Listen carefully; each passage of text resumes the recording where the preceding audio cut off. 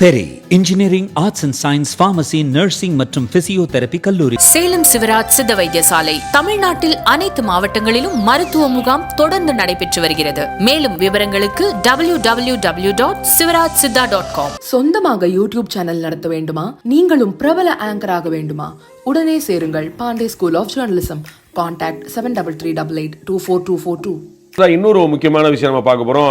Lieutenant colonel Thiagarajan அவர்கள் நம்மோடு இணைஞ்சிருக்கிறாங்க. நேற்று விடிய நடந்த தாக்குதல்கள், அதனுடைய விளைவுகள் என்ன மாதிரியான சம்பவங்கள் நடந்தது? நாம் செய்திகளை முழுமையாக கொடுத்து தரவுகளை கொடுத்துருக்குறோம். ஒரு வெட்டரனா இராணுவத்தினுடைய இன்சைடராக இருந்தவரா, நிறைய கிரவுண்ட் ஒர்க் பண்ணவரா திரு லெப்டினன்ட் கர்னல் தியாகராஜன் அவர்கிட்ட கேட்க போகிறோம். குட் மார்னிங் தியாகராஜன், ஜெய்ஹிந்த். இணைப்பில் மிக்க நன்றி. நேற்று இரவு நடந்தது என்ன? உங்களுடைய வாயிலிருந்து நம்ம சில விஷயங்களை கேட்டு தெரிஞ்சுக்க விரும்புறோம். அதிகாலை 4 மணி வரைக்கும் கூட ட்ரோன் அட்டாக் நடந்துச்சு. நம்ம கத்தனமே சக்சஸ்ஃபுல்லா நியூட்ரலைஸ் பண்ணோம் அப்படிங்கிற தகவல் நமக்கு இருக்குது. உங்கள்கிட்ட இருக்கக்கூடிய இன்புட்ஸ் லெப்டினன்ட் கர்னல். அவங்க முதல்ல தாக்கினது உதம்பூருடைய அந்த ஆர்மியோடைய ஹெட் குவார்டர்ஸ் அங்க இருக்கு. அங்க மீட்டிங் நடந்திருந்தது. உயர் அதிகாரிகள் மற்றும் அங்க இருக்கக்கூடிய காவல்துறையினுடைய ஒரு கோஆர்டினேஷன் மீட்டிங் நடந்துட்டு இருக்கிற சமயத்துல இந்த தாக்குதல் அவர்கள் ஸ்டார்ட் பண்ணதா சொல்றாங்க. அது அப்படியே பரவி குப்வாரா, உரி, அக்னூர், சாம்பா, தங்தார் அந்த இடத்துலலாம் பரவ ஆரம்பிச்சது நார்தர்ன் செக்டர்ல. அதே மாதிரி நம்ம பார்த்தோன்னா பஞ்சாப், அமிர்த்சர், ஜலந்தர் அந்த இடத்துலாம் பரவ ஆரம்பிச்சது. அப்புறம் நம்ம வெஸ்டர்ன் செக்டர் பார்க்குறப்ப ஜெய்சல்மேர், பிகானீர் அந்த இடத்துலலாம் இவர்களுடைய தாக்குதல் கண்டினியூஸ் ஆக ஆரம்பிச்சது.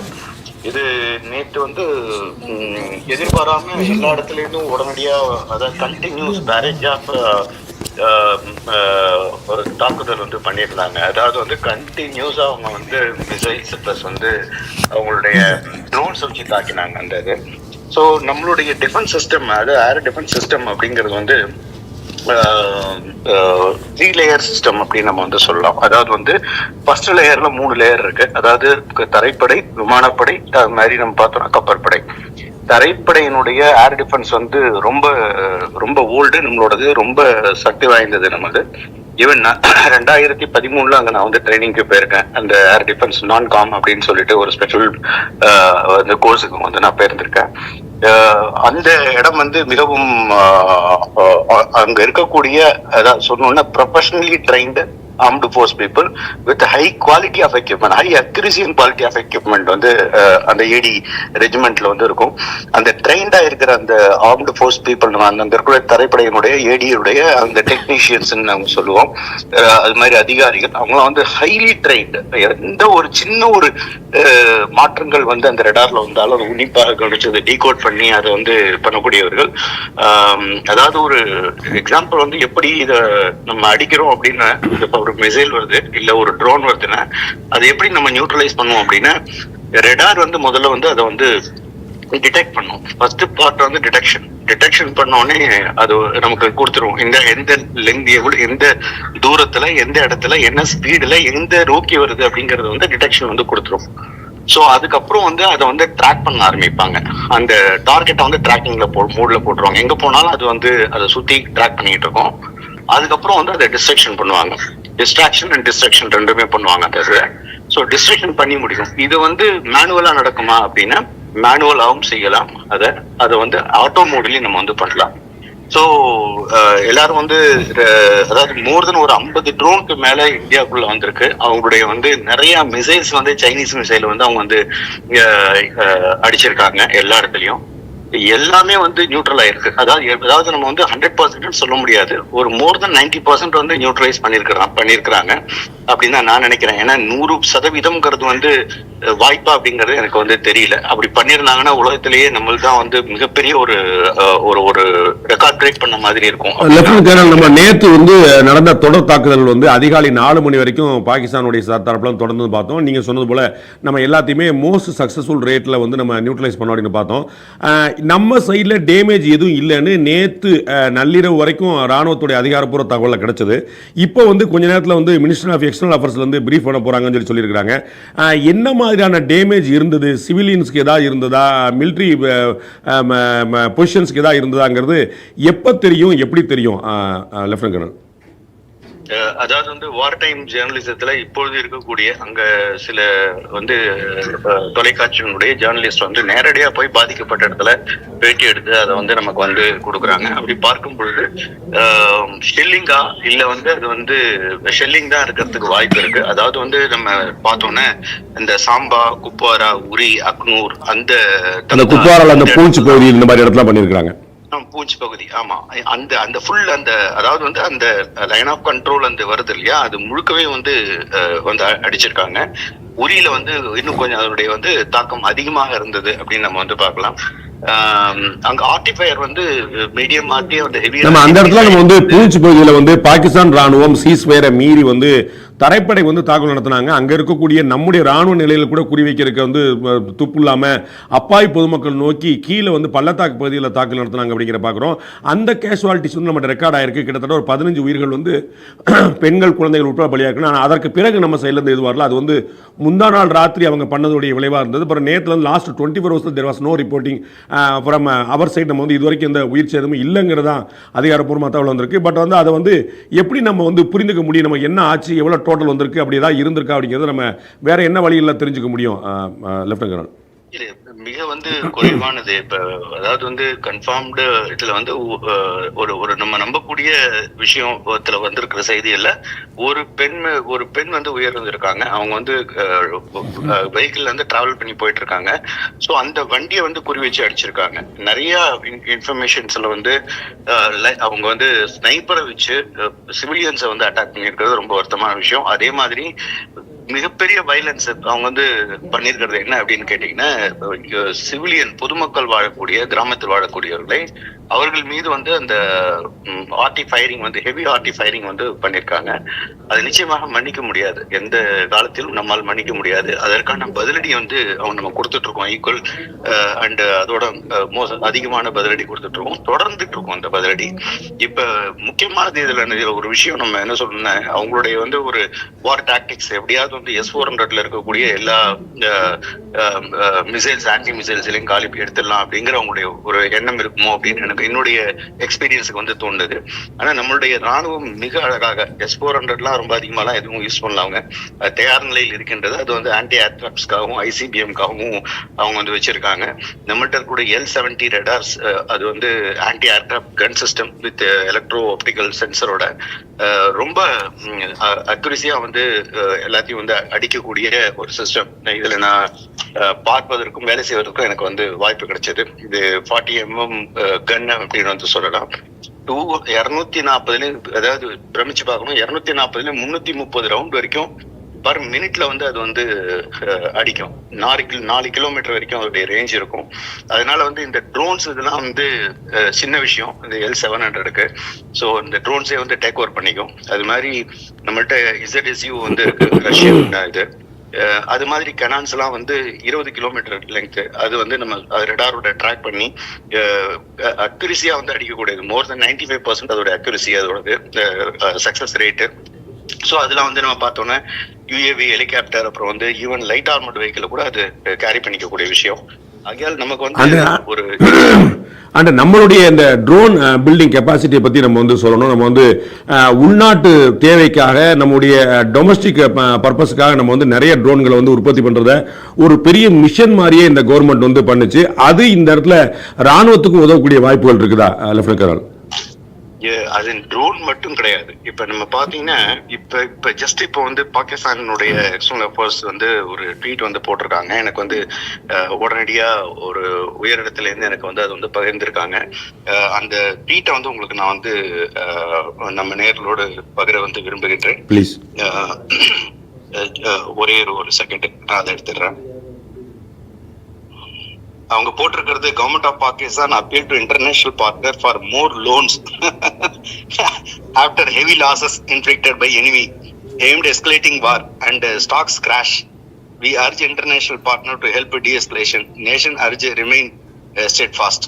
உலகத்துல வந்து இப்பயே வந்து பிச்சை எடுக்க அது வந்து ஏதோ ப்ராக்ஸி அக்கௌண்ட் மாதிரி தெரியுது, அந்த மாதிரி அவங்க டைரக்டா போட்டிருப்பாங்களா? அது வந்து அவங்க நிலைமை அப்படி இருக்குங்கிறத சொல்றதுக்கான ஒரு ஒரு நல்வாய்ப்பா புரிஞ்சுக்கணும். நம்ம வந்து இந்த நிலையில் இந்த பாகிஸ்தான் என்ன மாதிரி ரியாக்ட் பண்ணுச்சு அப்படிங்கிறத தாண்டி நம்ம லெப்டினன்ட் கர்னல் அமெரிக்காவுடைய துணை அதிபர் ஜேடி வான்ஸ் வந்து செய்தியாளர் சந்திப்பை அதான் நம்முடைய நேரத்தில் வந்து நள்ளிரவில் கொடுத்துருக்கிறாரு. அதில் இந்த பிரச்சனையில் அமெரிக்கா செய்வதற்கு எதுவும் இல்லை அப்படின்னு சொல்லியிருக்காரு. இந்தியாவை ஆயுதங்களை டீஎஸ்கலேட் பண்ணி ஆயுதங்களை அமைதிப்படுத்துங்க நாங்கள் சொல்கிற நிலைமையில இல்லைன்னு இன்னும் ப்ரிசைஸாக சொல்லியிருக்காரு. நாங்கள் we will not ask request India அப்படின்னு ரொம்ப தெளிவாக சொல்லியிருக்காரு. நம்முடைய மினிஸ்ட்ரி ஆஃப் எக்ஸ்டர்னல் அஃபேர்ஸ் உடைய சக்ஸஸ் பற்றி சொல்லுங்கள். மினிஸ்ட்ரி ஆஃப் எக்ஸ்டர்னல் அஃபேர்ஸ் உடைய சக்சஸ் நேற்று வந்து நீங்க அவர் போட்ட ட்வீட்டை வந்து திரு ஜெய்சங்கர் போட்ட ட்வீட்டை பார்க்கணும். வி அண்டர்லைன் அப்படின்னு கொடுத்திருந்தாரு. நாங்க அடிக்கு திருப்பி அடி கொடுப்போம். அது வந்து ரொம்ப ஸ்ட்ராங்கா ரொம்ப கிளியரா வந்து மெசேஜ் வந்து அமெரிக்கா கொடுத்தாரு. முதல்ல வந்து அவங்களுடைய கவுண்டர் பார்ட்டோட நம்ம எக்ஸ்டர்னல் அஃபேர்ஸ் ஜெய்சங்கர் அவருக்கு வந்து கன்வர்சேஷன் நடந்தது த்ரூ டெலிஃபோனிக். இது அதுல வந்து அவங்க வந்து அமைதிக்கு போங்க அப்படின்னு வந்து வற்புறுத்தினார்கள், அறிவுறுத்தினார்கள். ஆனால் அதுல வந்து அண்டர்லைன் பண்ணி நான் அது வந்து சொல்லியிருக்கேன் அப்படின்னு வந்து அந்த மெசேஜ் வந்து கொடுத்துருக்கோம் நம்ம த்ரூ அவுட் வேர்ல்டுக்கு. ஆகையால் நமது இந்தியாவினுடைய மிகப்பெரிய ஒரு விஷயம் என்னன்னு, நம்ம யாரையும் வந்து நாடியோ நம்பியோ கிடையாது. நம்மளை யாரும் கமெண்ட் பண்ண முடியாது. இப்ப பாகிஸ்தான் வந்து சைனா வந்து கமெண்ட் பண்ணும் என்ன செய்யணும் என்ன செய்யக்கூடாதுன்னு. அதுக்கேற்ற மாதிரிதான் அவங்க நடக்க முடியும். நம்மளுடைய நாடு வந்து தனித்துவமானது. ஒரு தனி இதுல இன்னொரு ரிவல்யூஷன் வந்து வந்திருக்கு லெப்டினன்ட் கர்னல். நீங்க சொன்னது போல நாம வந்து தனித்துவமான நாடுங்கிறது மட்டுமில்ல உலகத்துக்கு உதவக்கூடிய ஒரு நாடாக இருந்திருக்கும் அப்படிங்கிற பாக்குறோம். மே மாசம் 7ஆம் தேதி நள்ளிரவுல நம்ம வந்து தாக்குதல் நடத்தின இடத்துல பகவல்பூர்ல வந்து மசூத் அசாருடைய குடும்பத்தினர் இருந்தாங்க அப்படின்னு பார்க்கும்போது அதுல வந்து 2002 நம்முடைய காந்தகார் விமானத்தை கடத்தினவரும் அதே 1999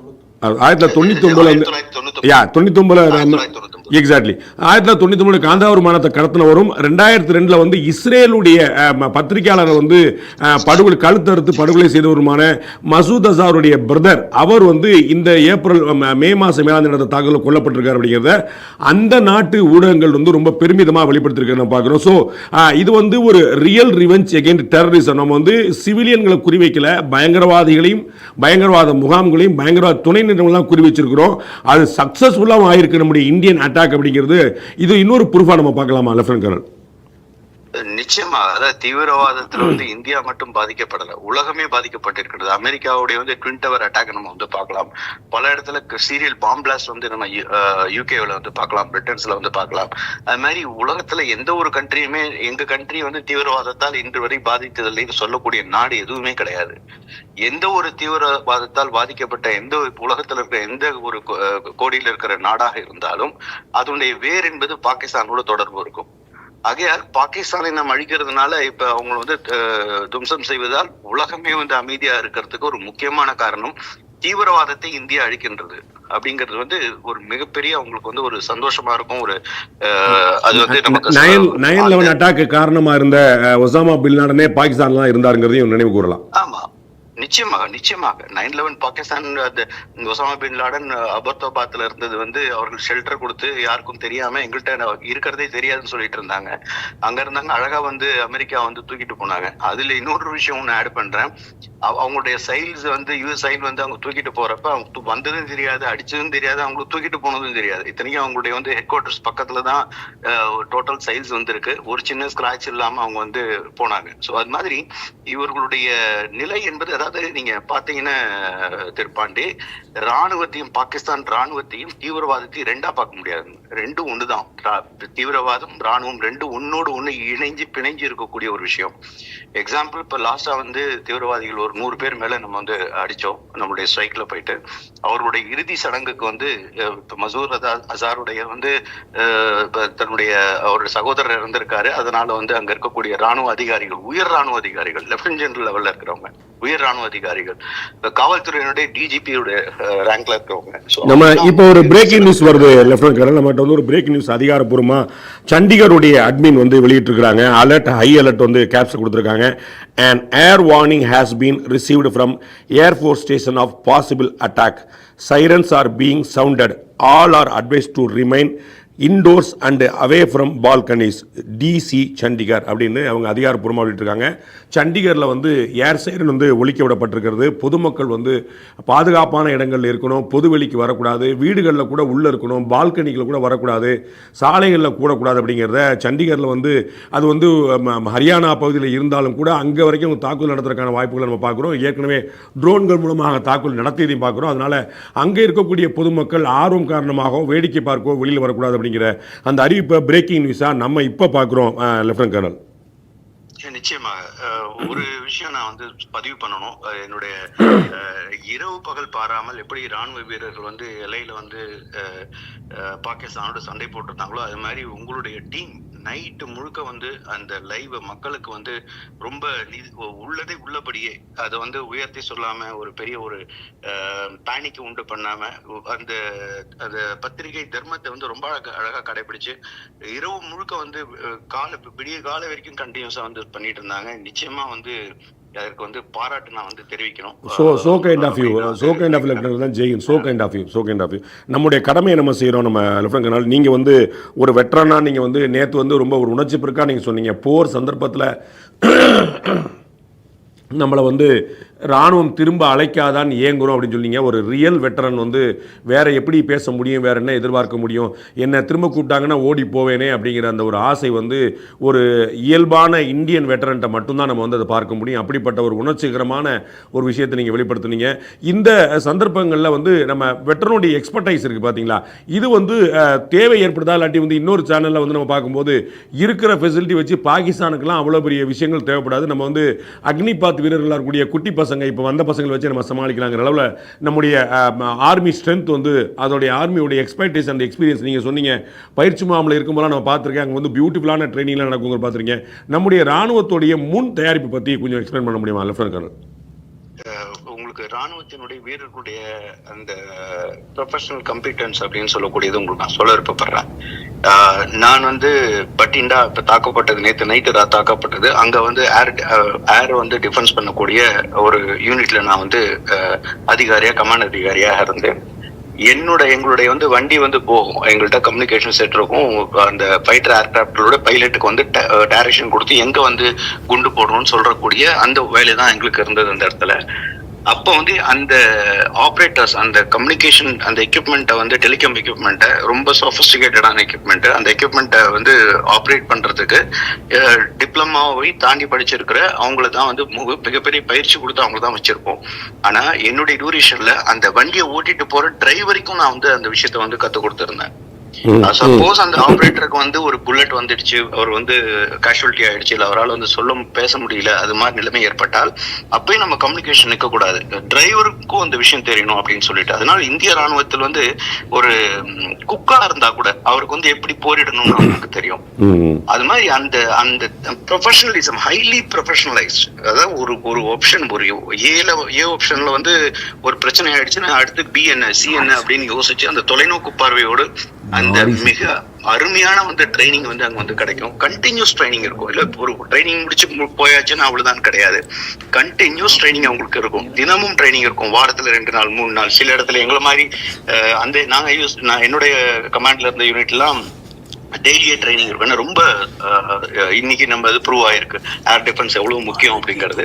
ஸோ அந்த சென்சிட்டிவான ரொம்ப முக்கியமான இதுக்குனால கண்டினியூஸ் எவ்ரி டே மார்னிங் வந்து ட்ரைனிங் வச்சிருப்போம். உடற்பயிற்சி முடிஞ்சு இந்த ட்ரைனிங் முடிஞ்சு தான் பிரேக் ஆகும், சாப்பிட பிரேக்ஃபாஸ்ட்கே போவாங்க. அது மாதிரி அந்த ட்ரைனிங்கை பொறுத்த வரைக்கும் மிக ஆழமாக மிக தெளிவாக அந்த ட்ரைனிங் அவங்களுக்கு ஒவ்வொருத்தரையும் வந்து செதுக்கி உருவாக்குவாங்க ஒரு ராணுவ அதிகாரியா, அது மாதிரி ராணுவ வீரர்களா. நீங்க சொன்னீங்க இது மாதிரி நம்மளுடைய அக்னி வீரர்களை வச்சே நம்ம வந்து அடிச்சிடலாம் அப்படின்னு. அவர்களிடம் வந்து வீரம் இருக்கும், ஆனா வந்து எக்ஸ்பீரியன்ஸ் அப்படிங்கிறது வந்து எவ்வளவு நாள் ஒர்க் பண்றோமோ, எவ்வளவு வந்து டெரெயினை போய் பாக்குறோமோ, எவ்வளவு இடத்துல டிப்ளாய்மெண்ட் ஆகிறோமோ, எவ்வளவு போர்க்களங்களை பார்த்திருக்கோமோ அதையும் சேர்த்து போர்க்களம். ஆமா, எவ்வளவு போர்க்களங்களை பார்த்திருக்கோம். நான் வந்து 1999 போக்ரான் டு முடிஞ்சு ஃபர்ஸ்ட் என்னோட சர்வீஸ்ல நான் வந்து போய் டிப்ளாய்மெண்ட் ஆறேன் ராஜஸ்தான்ல. அப்ப எனக்கு வந்து இப்ப நான் ரீகலெக்ட் பண்ணி பாக்குறப்ப எனக்கு அப்ப ஒண்ணுமே தெரியலன்னு எனக்கு வந்து தோணுது. அப்ப என்ன நடக்கும்னு தெரியல. அப்பெல்லாம் இந்த ரெடார் சிஸ்டம் கிடையாது. இருந்துச்சு ரெடார், இவ்வளவு அட்வான்ஸ் வந்து சிஸ்டம் கிடையாது. இப்ப நீங்க சொல்றீங்க இந்த மாதிரி சண்டிகர்ல வந்து வார்னிங் கொடுத்துட்டாங்க அப்படின்னு சொல்லிட்டு. அப்பெல்லாம் எங்களுக்கு அந்த வார்னிங் எல்லாம் கிடையாது. LMG போஸ்ட் இருக்கும், அதுக்குன்னு சொல்லிட்டு ஏர்கிராஃப்ட் வந்து ஃபயர் பண்றதுக்குன்னு ஒரு சிஸ்டம் இருக்கும். அந்த ட்ரில் பண்ணிட்டே இருப்போம், ஆகாயத்தை பார்த்துட்டே இருப்போம் நாங்க. சோ அந்த காலங்கள் வந்து வேற. ஏன்னா அப்பெல்லாம் நமக்கு தெரியும், ஈவன் நம்மளுடைய கார்கில் டயத்துல கூட we don't have that much equipment. எங்க யார் இருக்காங்க, எவ்வளவு பேர் இருக்காங்க, அக்யூரேட்டா போய் நம்மளால அடிக்க முடியாத ஒரு தொழில்நுட்பம் அந்த அளவுக்கு இல்லாத நிலை. உலகத்திலேயே அந்த அளவுக்கு கிடையாது, நம்ம கிட்ட இல்ல, உலகத்திலேயே அந்த அளவுக்கு இல்லாத நிலை இருந்தது. ஒன்லி அமெரிக்கா கிட்ட தான் வந்து அவங்களுடைய சேட்டலைட்னால நிறைய இன்ஃபர்மேஷன் இருந்தது. சோ அந்த எக்ஸ்பீரியன்ஸ் வந்து when I was posted further வந்து 2000 ஸ்டாண்ட் ஆஃப் போறப்ப ஒரு நல்ல மெச்சூர் ஆன, மறுபடியும் கவுண்டரன்சி போறப்ப, 2வது கவுண்டரன்சி போறப்ப இன்னும் அதிகமான நாலேஜ் கிடைச்சது. அதனால எவ்வளவு வந்து அதிகமான சர்வீஸ் இருக்கோ, எவ்வளவு வந்து அதிகமான வாய்ப்பு அவர்களுக்கு வந்து போர் போன்ற சிச்சுவேஷன்ல அல்ல போரில் பங்கு பெறுகின்ற வாய்ப்பு கிடைக்கின்றதோ. இப்ப இந்த அக்னிவீர் திட்டத்தின் மூலமா அதுதான் இந்தியா சாதிச்சு நினைக்கிறோம். அதாவது இளமை துடிப்பும் அனுபவ முதிர்ச்சியும் இந்த ரெண்டுமே சேர்ந்து அது ஒரு மிக்சரா இருக்கணும். நமக்கு வந்து எக்ஸ்பீரியன்ஸ் இருப்பாங்க. நிச்சயமா. அதாவது வந்து நான் சொல்றது அவர்களை மட்டுமே வைத்து பண்ண முடியாது. அந்த நீங்க சொன்னீங்க பாத்தீங்கன்னா அந்த மிக்சர், அதாவது வந்து அனுபவமும் இந்த வீரமும், அந்த அந்த அந்த இளமையினுடைய அந்த துடிப்பு, அந்த வீரம், அதுவும் அந்த ஒரு சீசன்ட் ஒரு நாலேஜ் ரெண்டும் வந்து சேர்றப்ப மிகப்பெரிய ஒரு என்ன சொல்ற ஒரு மிகப்பெரிய ஒரு காம்பினேஷன். அது டெட்லி காம்பினேஷன் ஆயிடும். அது யாராலும் தகர்க்க முடியாத ஒரு காம்பினேஷனா வந்து மாறும். அதனால வந்து நிச்சயமாக அது வந்து மாற்றுக்கருத்து கிடையாது. நம்மளுடைய அக்னிபத் வீரர்கள் வந்து மிகப்பெரிய இன்னி தேதியில நம்மளுடைய யங்கஸ்ட் வந்து பர்சன்டேஜ் ஆஃப் யங்கஸ்ட் வந்து சோல்ஜர்ஸ் இருக்கக்கூடிய ஒரு ராணுவமாக நம்மளது வந்து இப்போ வந்துட்டு இருக்கு. அதுக்கு முதல்ல மாதிரி கிடையாது. இப்போ வந்து அந்த பர்சன்டேஜ் வந்து நிறைய இருக்கு. யங் சோல்ஜர்ஸ் இப்ப நீங்க பாத்தீங்கன்னா கார்கில் வாரா இருக்கட்டும், இல்ல மற்றொரு போரா இருக்கட்டும், ஒரு ரைடே நம்ம எடுத்துக்கலாம். இல்ல ஒரு அக்ராஸ் பார்டர்ல போய் ஒரு ரைடு ஒண்ணு பண்றாங்க, இல்ல வந்து ஒரு சர்ஜிக்கல் ஸ்ட்ரைக் பண்றாங்கன்னா எல்லோருமே வந்து நீங்க பாத்தீங்கன்னா ஒரு இளைஞர்களா தான் இருப்பாங்க, ஒரு மேஜருக்கு கீழே இருக்கிறவங்க தான் இருப்பாங்க. சோ அவர்கள்ட்ட வந்து அந்த உடல் உறுதியும் இருக்கும், மன உறுதி, அது எல்லாத்தையும் சேர்ந்து உடலுடைய உறுதியும் வந்து அதிகமா இருக்கும். சோ அது நிச்சயமா அது நம்ம கிடைச்ச மிகப்பெரிய ஒரு கிஃப்டா பாக்குறேன். அதையும் தாண்டி ஒரு விஷயம் நீங்க ஒரு கேள்வி கேட்டீங்க, அது வந்து ஸ்கிப் ஆகி போயிடுச்சு. நம்மளுடைய make in India product, made in India product, அதோட வந்து தாக்கம் என்ன அப்படின்னு நம்ம 2019 நம்ம பயணிச்சு போலாம். நம்ம ட்ரோன் உள்ளிட்ட விஷயங்களும் நம்முடைய ராணுவ தளவாடங்களும் நம்ம வந்து டிஃபென்ஸ் காரிடார்னு ஒரு புதுசாவே கிரியேட் பண்ணதும். ஆமா அது 2019 வந்து நம்ம போய் பார்த்தோன்னே நம்ம இந்த கால்வான் வேலையுடைய அந்த ஒரு பரபரப்பு வந்து ஏற்பட்டது. எப்போதும் எந்த நேரத்திலும் வந்து போர் வரலாம் சைனாவோடு அப்படின்னு. அந்த நேரத்துல உங்களுக்கு நிச்சயம் ஞாபகம் இருக்கும், நம்மளுடைய வந்து டிஃபென்ஸ் மினிஸ்டர் வந்து ரஷ்யா போனாரு, போயிட்டு டீல் பண்றதுக்காக, அங்கேருந்து வந்து ஆமினிஷன்ஸ் வாங்குறதுக்காக, நம்மளுடைய குறை இருக்கக்கூடிய சில எக்யூப்மெண்ட்ஸ் வந்து ரீஃபில் பண்றதுக்காக, ரெட்ரோ மாடிஃபிகேஷன் பண்றதுக்காக, அது மாதிரி ஸ்பேர் சப்போர்ட்காக அவங்க நம்ம போயிருந்தோம். ஆனால் இன்று நம்ம வந்து யாரையுமே நம்ம வந்து கேட்கல. ஏன்னா நம்ம பார்த்தோன்னா இப்போ ஆர்டி கன்ஸோட வந்து ஷெல்ஸ், அந்த ஷெல்ஸ்ன்னு சொல்லுவோம், அது வந்து நம்மளே தயாரிக்கிறோம். இதுக்கு முதல்ல நம்ம மற்ற நாடுகள்கிட்ட வாங்கி நம்மளுடைய அந்த கன்னை போட்டு நம்ம ஃபயர் பண்ணுவோம். இப்ப அந்த ப்ரொடக்ஷன் நம்ம கிட்டே இருக்கு. இப்போ தோட்டாக்கள் நம்மளே ப்ரொடக்ஷன் பண்றோம், துப்பாக்கி நம்மளே ப்ரொடக்ஷன் பண்றோம். நேற்று கூட பாரத் ஃபோர்ஜ் நிறுவனத்தோட சேர்ந்து பேச்சுவார்த்தை நடத்தி என்னென்ன வேணுங்கிற சொன்னப்படதா உண்டு. அண்ட் ராணுவ ஆயுத உற்பத்தியாளர்களோடு நேற்று வந்து முக்கியமான மீட்டிங்கை நம்முடைய பாதுகாப்புத்துறை அமைச்சர் ராஜ்நாத் சிங்கே நடத்தி சொன்னாரு. நம்ம வந்து இண்டிஜினியஸா நம்மளால வந்து இந்த ஆயுத தளவாடங்களை உற்பத்தி பண்ண முடியுங்கிற ஒரு மேஜர் ரோல் பிளே பண்ணுது. நம்ம எல்லாமே ப்ரிசைஸா தாக்குதல் நடத்துறோம், தொடர்ந்து தாக்குதல் நடத்துறதுக்கு தயாரா இருக்கிறோம்னு உங்களுடைய இந்த உற்பத்தி இந்தியன் மேடு, அந்த இந்தியன் ஆரிஜின்ல இண்டிஜினியஸா நம்ம தயாரிக்கக்கூடிய அந்த விஷயங்கள் வந்து அவ்வளவு ஷார்ப்பா இருக்கு. நம்ம வந்து முன்னாடி வந்து ஒரு பீரியட் இருந்தது, ஆயுத உற்பத்தி வந்து தனியாருக்கு கொடுக்கலாமா அப்படின்னு, அது வந்து சேஃப்டிக்கே வந்து பெரிய பிரச்சனைங்கிற மாதிரி இருந்துச்சு. பட் இன்னைக்கு வந்து தனியார் பங்களிப்போட நம்ம பெரிய அளவில் வந்து அதை நம்ம வந்து என்கரேஜ் பண்ணி வந்து அது நமக்கு பெரிய ஒரு மேஜர் சப்போர்ட்டா மாறி இருக்க நம்ம வந்து பாக்குறோம் இல்லையா லெப்டினன்ட் கர்னல்? நிச்சயமா இது வந்து இப்ப யாருடைய கையும் வந்து, அதாவது இதுல ரெண்டு விஷயம் இருக்கு பாண்டியே அவர்களே. அதாவது வந்து ஒரு சீக்ரெசின்னு ஒண்ணு இருக்கு. இப்ப வந்து நம்ம ஒரு எக்யூப்மெண்ட் வந்து மத்த கண்ட்ரி கிட்ட வாங்குறோம் அப்படின்னா, கம்யூனிகேஷன் எக்யூப்மெண்ட் வாங்குறோம்னா அதை வச்சுதான் வந்து ராணுவத்தினுடைய கம்யூனிகேஷன்ஸ் போகும். யார் எங்க போகணும், எங்க அட்டாக் பண்ணணும், அவங்க வந்து என்ன ஃபீட்பேக் கொடுக்குறாங்க, எல்லாமே வந்து தொலைத்தொடர்புல இருக்கும்.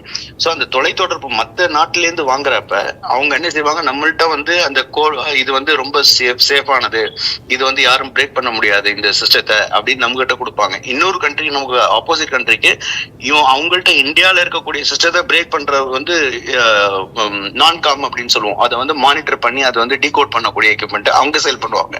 இதுதான் உலகத்தில் நடந்துட்டு இருந்த இந்த விஷயம். இப்ப நம்மளுடைய நாட்டுல பாரத் எலக்ட்ரானிக்ஸ் லிமிடெட் வந்து, நான் சொல்றது வந்து 1990 1980 வந்து பாரத் எலக்ட்ரானிக்ஸ் லிமிடெட் வந்து நம்மளுடைய எக்யூப்மெண்ட்ஸ் வந்து பண்ண ஆரம்பிச்சாங்க. அது மாதிரி சைபர் எக்யூப்மெண்ட்ஸ் பண்ண ஆரம்பிச்சாங்க. கோடிங், டீகோடிங், எவ்ரிதிங் வந்து நம்மளோட இன்டெலிஜென்ஸ் வந்தாச்சு. நம்மளுடைய சேஃப்டி ஒரு சின்ன ஒரு பாயிண்ட் கூட லீக் எங்கேயுமே ஆகாது. இப்ப நீங்க பாத்தீங்கன்னா இந்திய ராணுவம் வந்து தொடுக்கின்றது, டார்கெட் அடிக்க போகுது, எத்தனை மணிக்கு அடிக்க போறது, எங்க அடிக்க போறதுன்னு யாருக்குமே தெரியாது. கம்யூனிகேஷன் லீக்ங்கிறது கிடையவே கிடையாது. அது மாதிரி நம்மளுடைய சீக்கிரசில இருந்து ஆரம்பிச்சு, நம்மளுடைய சேஃப்டில இருந்து ஆரம்பிச்சு, தேவையான பொருட்கள் தேவையான அளவுக்கு நமக்கு தயாரிப்பதை தாண்டி நம்ம இதுக்கு முன்னாடி வந்து மே மாசம் 7ஆம் தேதி அதிகாலையில் வந்து 9 இடங்கள்ல கிட்டத்தட்ட ஒரு 21 தாக்குதல் நடத்தணும். வந்து ராத்திரி 1 மணி 1:15 இருந்து 1:30 மணி வரைக்கும் வந்து ஒரு 20 நிமிஷம் நடத்தணும். அது நடத்தி முடிக்கிற வரைக்கும் அவங்க யாருக்குமே தெரியல. சக்சஸ்ஃபுல்லா நடத்தணும். அவங்க வந்து அதை கவுண்டர் பண்ண முடியலங்கன்னு நம்ம பார்க்க முடியும். நிச்சயமாக அந்த அளவுக்கு நம்மளுடைய வந்து அந்த கம்யூனிகேஷன் நான் கம்யூனிகேஷன் சொல்லுவோம். ஒண்ணு வந்து நம்மளுடைய பேச்சு வந்து அந்த இதுல வந்து போறது, ரேடியோ ஃபார்மா வந்து டிரான்ஸ்ஃபார்ம் ஆகி ஒரு இடத்துல இன்னொரு இடத்துக்கு போறது. இன்னொன்னு வந்து மற்றவர்களுடைய அந்த ஒலி அலையை வந்து நம்ம இழுத்து வச்சுக்கிறது. ஸோ அது அவங்களால வந்து நம்மளோட டிடெக்ஷனும் பண்ண முடியல. நம்மளுடைய அந்த போகக்கூடிய அந்த ஆப்ஜெக்டை நம்மளுடைய கம்யூனிகேஷனையும் அவங்க வந்து ட்ராக் பண்ண முடியல. அது வந்து மிகப்பெரிய நமக்கு வந்து கம்யூனிகேஷனுக்கு கிடைச்ச வெற்றி அப்படின்னு பார்க்கலாம். இதையும் தாண்டி பார்க்கறப்ப நம்ம டிஃபென்ஸ் எக்ஸ்போர்ட் வந்து நமக்கு மிகப்பெரிய பொருளாதாரத்தை உயர்த்தக்கூடிய ஒரு முக்கியமான ஒரு பங்கு வகிக்கிறது நான் வந்து பார்க்குறேன். ஏன்னா மோர் தென் 400 டைம்ஸ் வந்து நம்மளுடைய எக்ஸ்போர்ட் வந்து அதிகமாக இருக்கு உலகத்துல. நேற்று வந்து ராஜ்நாத் சிங் பேசும்பொழுது நம்மளுடைய எவ்வளவு குவான்டிட்டிங்கிறதுக்கு முன்னாடி முதல்ல நம்மளுடைய குவாலிட்டி ஆஃப் ப்ரொடக்ஷன் வந்து உலகத்துக்கு நீங்க வந்து அனுப்புங்க அப்படின்னு வந்து சொன்னாரு. அதாவது வந்து எவ்வளவு தரமான உயர்தரமான ஒரு இதை வந்து நம்ம தயாரிக்கின்றோம் அப்படிங்கிறது ரொம்ப முக்கியம் அப்படின்ட்டு. அது மிகப்பெரிய ஒரு வேர்ல்ட் ஸ்டாண்டர்டை வந்து பிரேக் பண்ணி போகக்கூடிய மிகப்பெரிய ஒரு குறைந்த ஒரு சமயத்துல 2019 இருந்து 2025 மிகப்பெரிய ஒரு உச்சத்தை வந்து அடைஞ்சிருக்கு அப்படின்னு பார்க்கலாம். அது பொருளாதாரத்தையும் உயர்த்தக்கூடிய, இந்தியாவினுடைய ராணுவத்தினுடைய வலிமையும் உயர்த்தக்கூடிய மிகப்பெரிய ஒரு விஷயமா பார்க்கலாம். இது வந்து பாராட்டக்கூடியது இந்த விஷயம். ரொம்ப நன்றி லெப்டினன்ட் கர்னல் தியாகராஜன். அந்த நிறைய விரிவான தகவல்களை, நேரடியான தகவல்களை, எல்லா மாநிலத்திலையும் என்னென்ன நடந்தது, நம்முடைய ஜம்மு அண்ட் பல்வேறு பகுதிகளில் என்ன மாதிரியான அட்டாக் வந்து அவங்க வந்து தொடர்ந்தாங்க, அதை நம்ம எப்படி கவுண்டர் பண்ணோம் அப்படிங்கிறத வந்து ரொம்ப டீட்டெயிலாக சொன்னீங்க. ரொம்ப நன்றி. திரும்ப உங்களை தேவைப்படும் போது நாங்கள் அழைக்கிறோம். உங்களுடைய ஒத்துழைப்புக்கு always we are grateful to you lieutenant colonel. Jai Hind. வணக்கம்.